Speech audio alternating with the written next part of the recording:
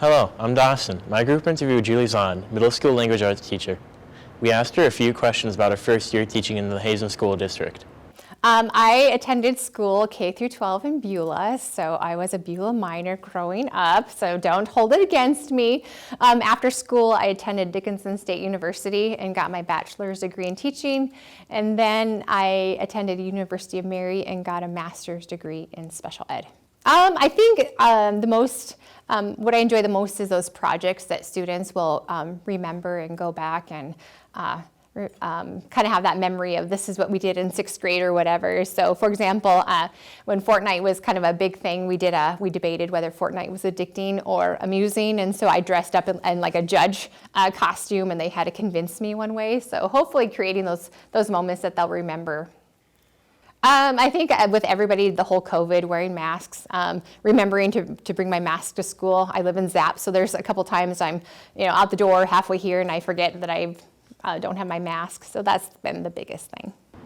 In her free time, Mrs. Zahn loves watching HGTV. She and her husband recently bought a house and is currently in the process of flipping it. Something I like about Mrs. Zahn is she's funny and she is a good teacher.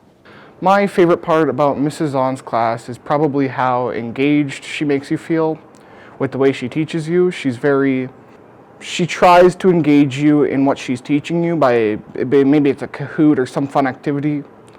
You'll do arguments and whatnot, and that just really helps to make you understand what you're learning about.